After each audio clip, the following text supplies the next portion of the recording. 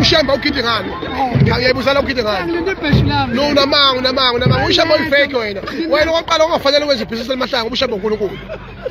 Wrong. Ayikho into exasula nje ngaleyo nto leyo. Manje bathi wawusola umsebenzi. Uyaqashwa kwamagenqa manje. Hamba ulumsitini lapha wena. Wenzeni? Hawu. Hey bafethu ilokujalo kade iyayenzana wena usekhona lo muntu. Awungeke. Akabuke nje. Yazi ngizobeka ukinde ukuthi. Hayi bafethu. Kade ngidlalo ka corona bafethu. Hawu ngidlalo ka corona akabuke. Kuno habi. Bayibhatha lesiyinkonzo. Yaphila. Yabo. Buka lesi sigubhu sasala. Baninqeka abantu manje kwakuthiwa icorona ithatha igubhu. Sele lesi mabaleke. baninqeka abantu baninqeka. Imali yasehamsa. Mabalekwe. Ayifuna abantu. Vamos pegar o osso, pô. Ai, Ngizwe lapha. Ngizwe. Hayi badise. Hayi kahle. Ngashiphi isakha sikashebe.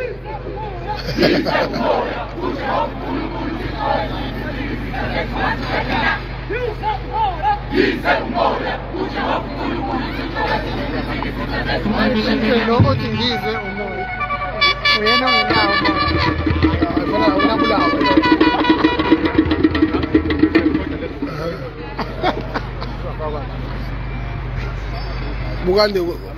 Bukane uthi athi ngikhathi nomusho umhle kanjani bukani nje isipatsha hayi babhenqa hayi ngabe izumsebenzi hayi le nto ezovela idle kusasa bukani nje hey isipatsha hayi bafethu ayike siphethe ucream kodwa abantu singabaciko shembe hayi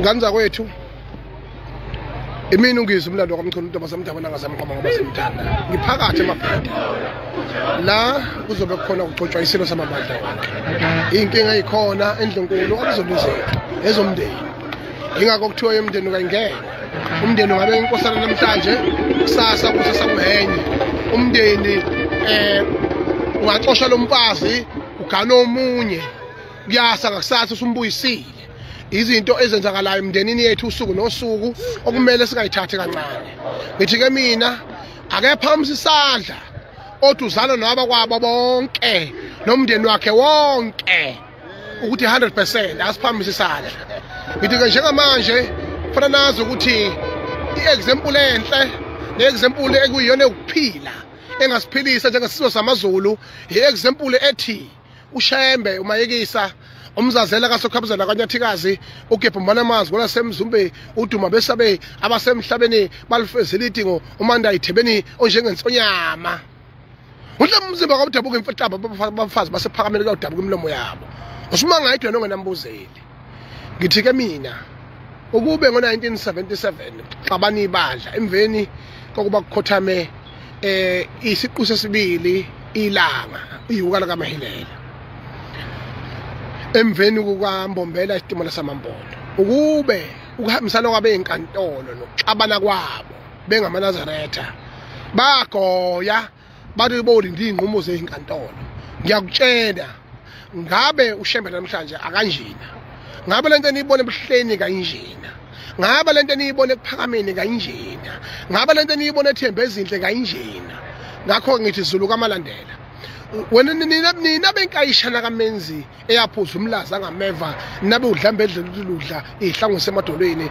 nabalembe komene mukhalipho lodumehlezi kaMenzi usho mina upresident wamabhinqa ngithi kini na kanjani kusasa iyagcotshwa inkosi yethu ngeke uphambane nomoya mawumuntu ukwazi inhloso okwesibili futhi sazi ukuthi mission ukudivide the Zulu nation, ukudivide the Zulu kingdom, the Zulu people, ukuze bakwazi ukuthi babe weak amongst the world. Therefore, I'm standing here before you to tell you that the new monarch of the Zulu kingdom has been crowned.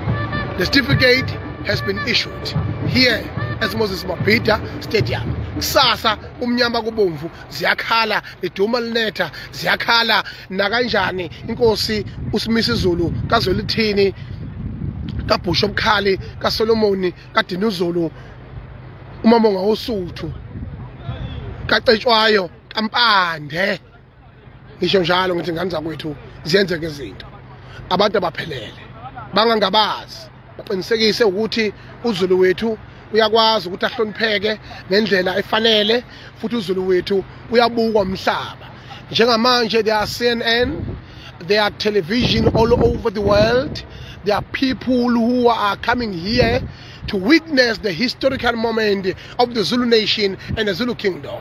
The last happened in 1970. Therefore, I am telling you, my people, as the president of the Bhinqa nation, ukuthi ayikhale nakanjani asiphelele sonke lapha ngithi mina lena showju lasemalema besidakelwa ukuthi uCyril Ramaphosa umongameli wethu akakwazi ukukhuluma la uzokhuluma ethanda engathandi ngoba la umcimbi wesizwe samaZulu lo umcimbi omkhulu wesizwe samaZulu lo mcimbi omkhulu wesizwe samaZulu la kugcotshwa khona inkosi ngithi mina ko lo mcimbi wenkatha lo. This is not a rally of the IFP. This is not a rally of the African National Congress. This is not a rally of the AFF. Therefore, all political organizations with their agenda, they must fuck off and leave us alone. We are the Zulu people. We are the Zulu kingdom.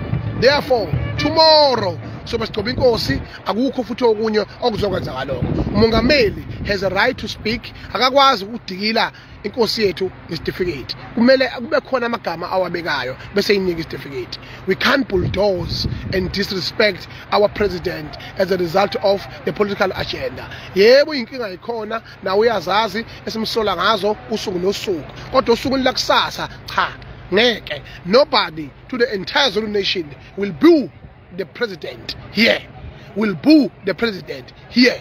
Ngicela bonke abantu bakwaZulu bahloniphe iZulu waziwa ngenhlonipho waziwa ngesiko ngithi bonke abantu abayihloniphe lapha nganza kwethu beqinisekise ukuthi njengoba bezobe begcwele lenkundla nje bethe shaye lapha eMoses Mabhida benze isiqiniseko sokuthi bahlonipha ingunyama yesizwe samaZulu ngoba singaye kuphela lapha kwaZulu munye phaqa umisi uZulu kaZwelithini ingunyama yamaZulu ezobe ibekwa la uyithanda ungayithandi enganisavumela namaZulu sathi noma bebeka ikati noma bebeka imbongolo noma bebeka ihash noma bebeka inja siyothi bayethe nje yini ngoba uZulu obalekile sakushintshe phi manje ayikhale kusasa iyabeka inkosi yethu.